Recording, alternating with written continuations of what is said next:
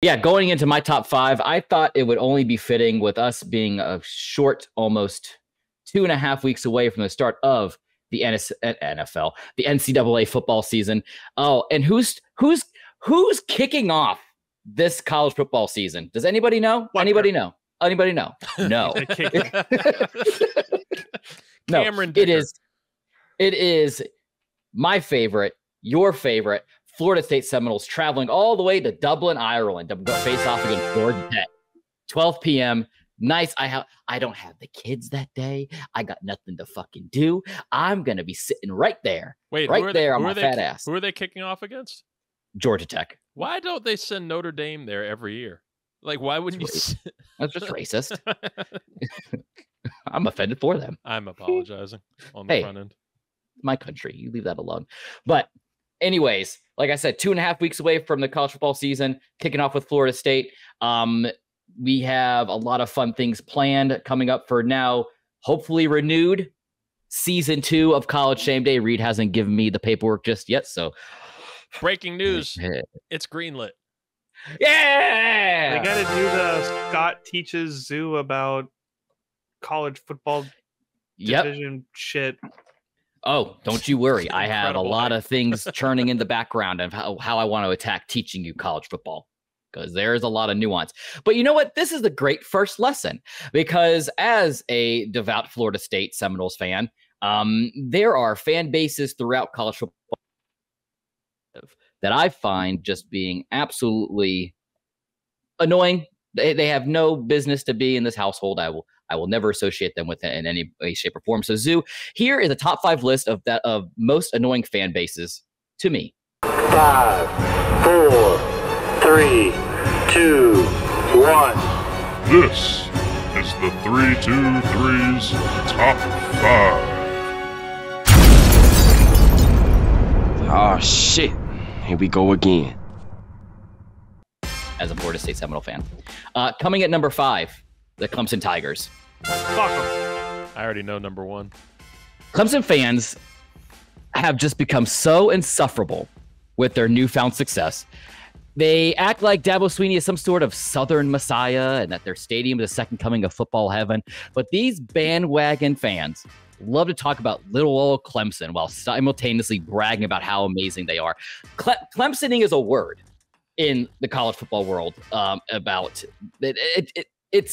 They are the epitome of hypocrisy. Oh, and don't get me started on their blindingly disgusting orange attire. It's offensive to the eyes, just as well as their personalities are there in Death Valley. Oh, and speaking of Death Valley, it's just an overhyped high school stadium. And when their team loses, their fans disappear faster than their dignity. But hey. So, Clemson.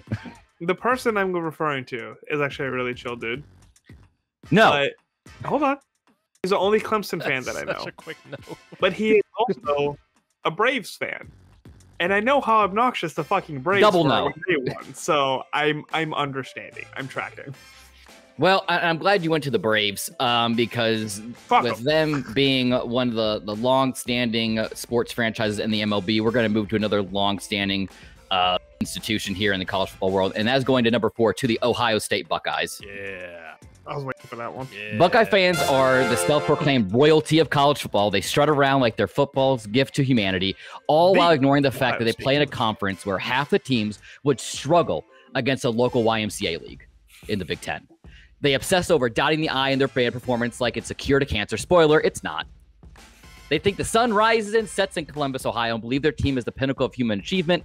Their obsession with their rivalry against Michigan is so over the top that they even ban the letter M during game week.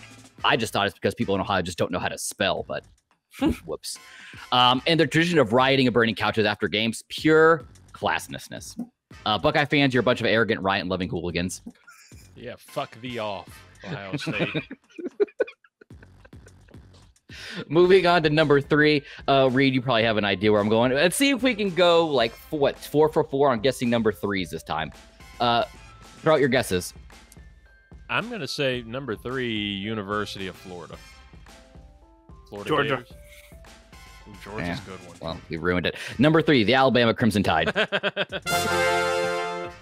Bama fans act like they're born with a silver football in their mouths. They're so used to winning that humility isn't even in their dictionary. I figure it's because they just don't know, what words are down there in Alabama. I think your average Alabama fan has the IQ of a second grader.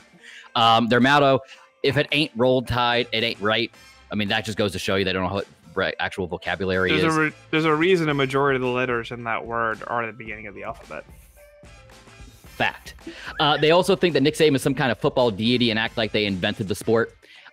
These insufferable rednecks never shut up about their 18 national championships, most of which were won when football players wore leather helmets. They treat Saban like the messiah of their fan base, includes literal criminals like the psycho who poisoned Auburn's iconic oak trees.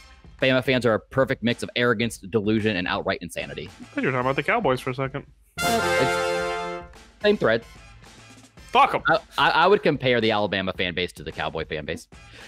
Coming in at number 2, this is where it gets a little bit close to home for Florida State. We are going to go with the Miami Hurricanes. Wow, I thought they were going to be number 1. Nope, I think you know what number 1's going to be. But Miami, let me just talk to you for a second. The Hurricanes live for 2 things, and that is literal hurricanes and hating Florida State. But they can't decide if they're more passionate about football or causing general mayhem.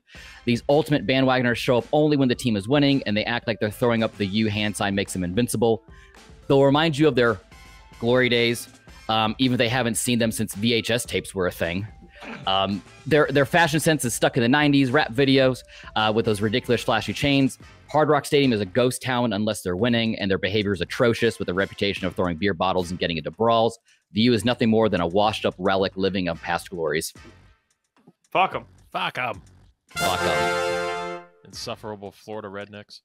That's right. Oh, and speaking about insufferable Florida rednecks, going to number 1, the Florida Gators. Oh, I thought you were going to say Florida State. No.